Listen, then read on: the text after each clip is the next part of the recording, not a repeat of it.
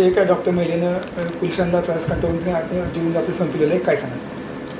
खरं तर ही घटना अत्यंत दुर्दैवी आहे आणि तितकीच चिंतनीय आहे. एखादी महिला अधिकारी आत्महत्येपर्यंतचं अगतिकतेचं पाऊल उचलते, त्याला कारण असणारी परिस्थिती फार महत्त्वाची आहे. 3 महिन्यापासून संबंधित महिला ही एका मेंटल टॉर्चरला, असॉल्टेशनला सामोरी जात होती आणि त्याचे उल्लेख तिने आपल्या सुसाईड नोटमध्ये सुद्धा केलेले आहे. अशा परिस्थितीमध्ये काय सदरील महिलेने वरिष्ठांकडे तक्रार केली होती का? वरिष्ठांकडून त्या संबंधाने दखल घेतली गेली होती का?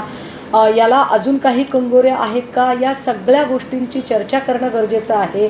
पण मूळ मुद्दा तसाच राहतो की कामाच्या ठिकाणी विशेषतः महिला अधिकारी कर्मचाऱ्यांचे होणारे शोषण आणि मानसिक छळ, या अशा घटना घडल्यानंतर त्याची चर्चा होते, पण पूर्व प्रतिबंधात्मक गोष्टींवरती काही काम केलं जात नाही.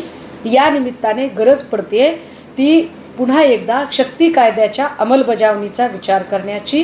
दुसरं असं की जे विशाखा समिती आहे, या विशाखा समितीच्या वर काम करणारे जे लोक आहेत ते प्रशासकीय महिला अधिकाऱ्यांच्या संबंधाने त्यांच्या भूमिका आणि त्यांच्या कार्यपद्धती याचा परत एकदा फेरविचार करण्याची आमची मागणी असेल की या प्रकरणात फक्त बनकर किंवा बदने अशा अधिकाऱ्यांवर नुसती कारवाई करून चालणार नाही, तर एकूण सगळ्या प्रकरणाचा सखोल तपास होण्यासाठी याची स्वतंत्र SIT नेमली जावी आणि विशाखा समिती तथा प्रशासकीय क्षेत्रामध्ये कामाच्या ठिकाणी महिलांच्या होणाऱ्या अन्याय अत्याचाराच्या ज्या घटना आहेत, या घटनांच्या संबंधाने कायद्यांची अधिक कडक अंमलबजावणी करण्याची.